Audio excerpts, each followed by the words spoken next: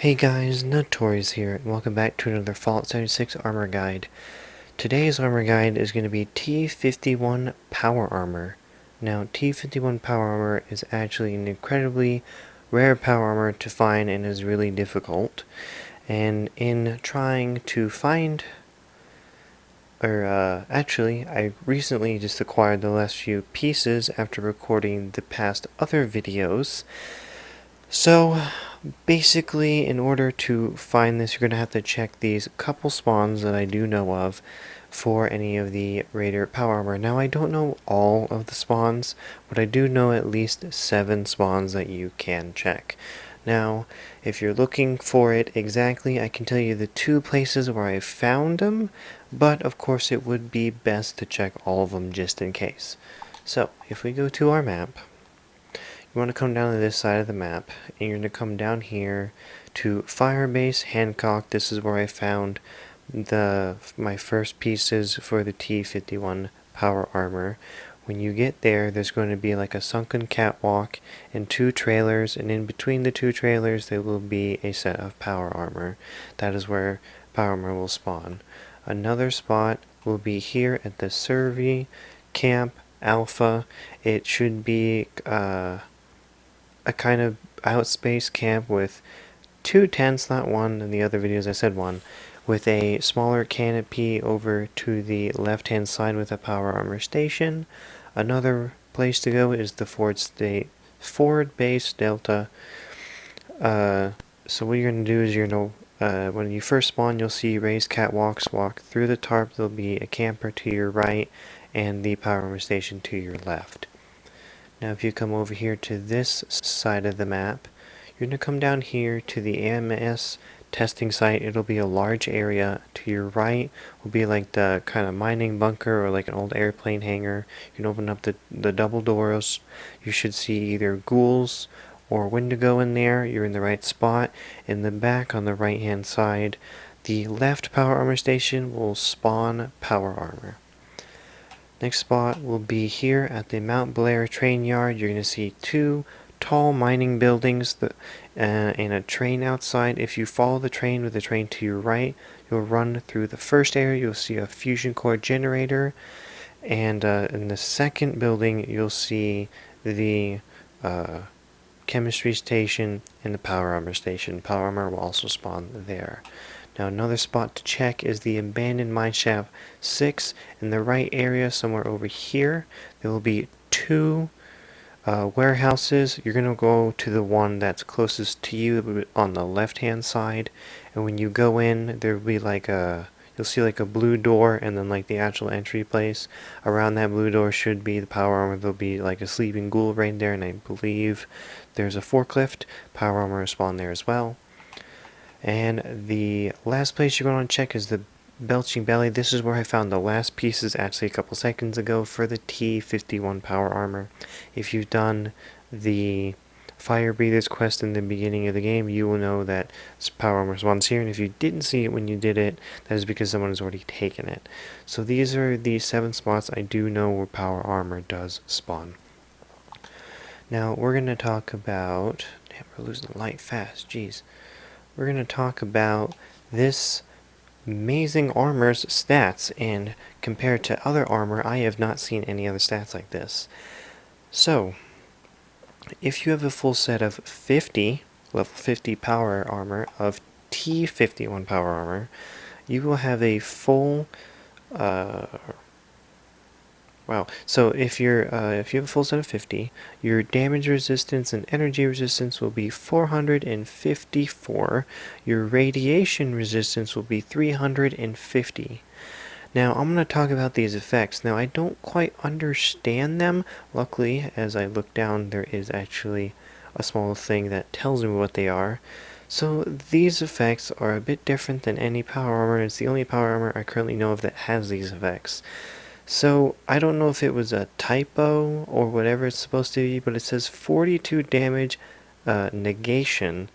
Now, when I scroll down, it says like 7% to damage, like weapon damage, so I'm not quite sure what that is, but anyway.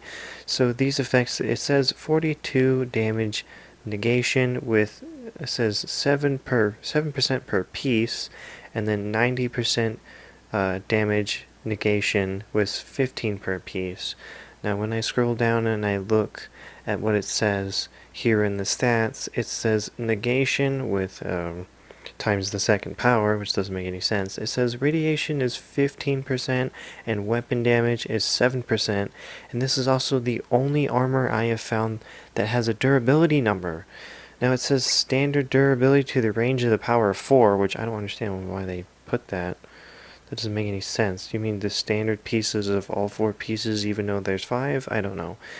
But it says right here that the standard durability of these pieces are either somewhere between 32 to 38 if it's improved. So that kind of sounds crappy, to be honest. But from what I'm going to assume is you get more weapon damage per piece. So instead of it being damage resistance, it is weapon damage enhancement. So if you have, I'm gonna guess, a radiation weapon, you're doing 50% more radiation, and if you have a weapon, you're doing 7% per piece, same with radiation. So that's really interesting. No other power armor has these stats, and no other power armor actually has durability, which is kind of weird. Alright, so let's talk about your mods. Now if you want mods, you want to come here to Watoga in the Watoga Shopping Plaza. You're going to come over here to this shop, you're going to see this Brotherhood of Steel vendor, or it used to be. The vendor bought Phoenix here. You can go over to his notes and scroll all the way down until you see T51 Power Armor Plans. And it's T45, then here it is, T51. Now you can buy everything you need from him. Alright, now let's talk about Power Armor perks and enhanced durability. So if you want, oh I didn't even change it. If you want better durability in your power armor, you're going to need this perk. It repairs your power armor 200% over the normal capacity. The next thing you can also have are these perks. You can have Pain Train, which damage and stagger enemies when sprinting into them. And then the other, you're going to want probably Full Charge, which is really handy. So sprinting consumes half the fusion core, and if you have it at max 2, it consumes no extra fusion core energy. Alright, now in intelligence, we already went over Fix It. You're probably going to want Portable Power, which reduces the weight of your power armor by 25, 50, or 75 depending on which star you have. You're going to of course want this Power Patcher, and you're going to want this combined with Fix It Good.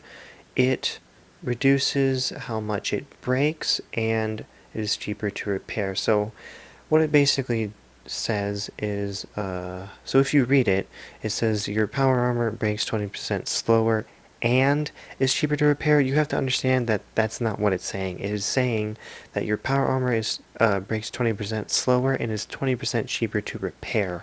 So I suggest you have a max set of this in your inventory, so then you can have it, so then you have it cheaper to repair, and then with Fix It Good on top of that, it's cheaper to repair, and then you get 200% more durability.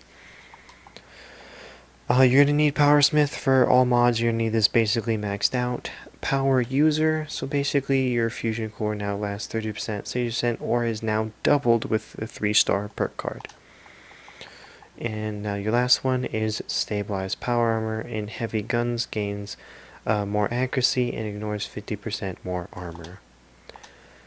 So basically this power armor is a different version or a different type than anything else. It is actually my favorite power armor. So I don't quite know how these stats really work. I haven't played with power armor enough to really understand it. So if you guys have any insight on that, please let me know. The other thing I want to talk about is your fusion cores. Now I know how fusion cores are kind of rare in this world, and there is a couple ways where you can get fusion cores. Now everybody, oh I forgot to load it out. Everyone sells his ammo, so you guys can go ahead and find fusion cores there, or you can go to the power plants and go to these, as you see, it says fusion cores. It will produce fusion cores by taking over these. Oh my God, what are they called? The power plant yards, or wherever they are. So if it says fusion cores, you guys can make fusion cores there. Anyway, guys, if you guys have liked it, please comment down below and tell me what you think. If you have questions, comments, concerns, please ask me. I will always respond to any comments. Anyway, guys, my name is Notorious, and have a wonderful day.